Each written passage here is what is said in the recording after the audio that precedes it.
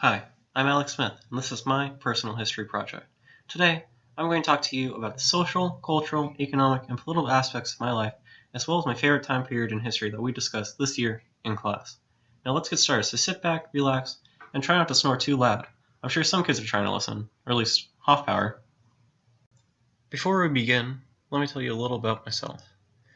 I was born in Fairfax, Virginia. Both my parents were born outside of there. My mom was born in New Jersey, and my dad in Ethiopia. Yes, that's in Africa, and no, it's not African American if that's what you're wondering. Here's my birth certificate if you don't believe me. Yes, Ethiopia. Anyway, they both went to Rutgers University, where they met. After they graduated, they got married, had my older brother, then me, then later we moved down here to Texas, where they had my little brother, and now we all live here.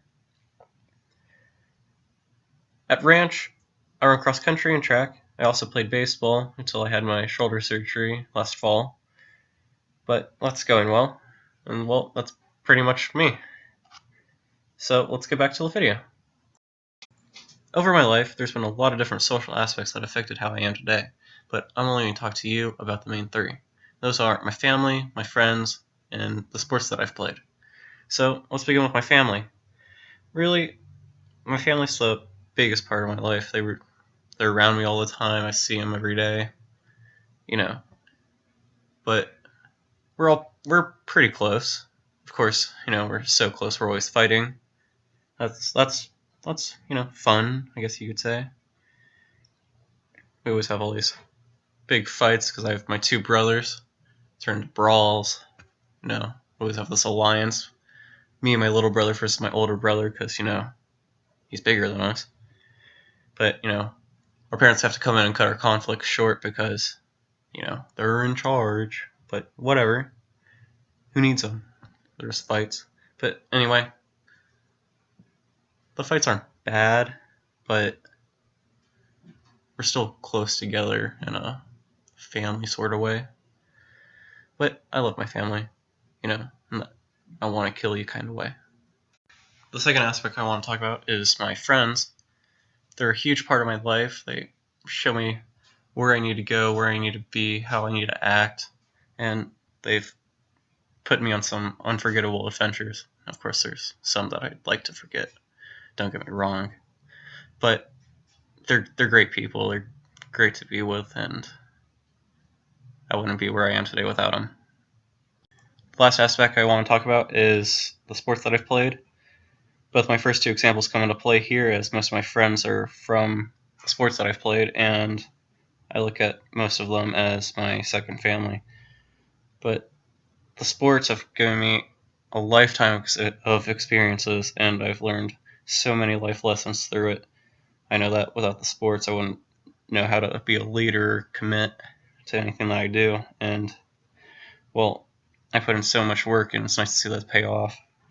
Here's some of my awards that I've earned over the past year through cross country, and this really shows my dedication and hard work. Growing up, I'd say our household economy was socialist. I didn't pay for anything, really. My parents would supply me and my brothers with money and food and everything else that we needed, so there wasn't really a point.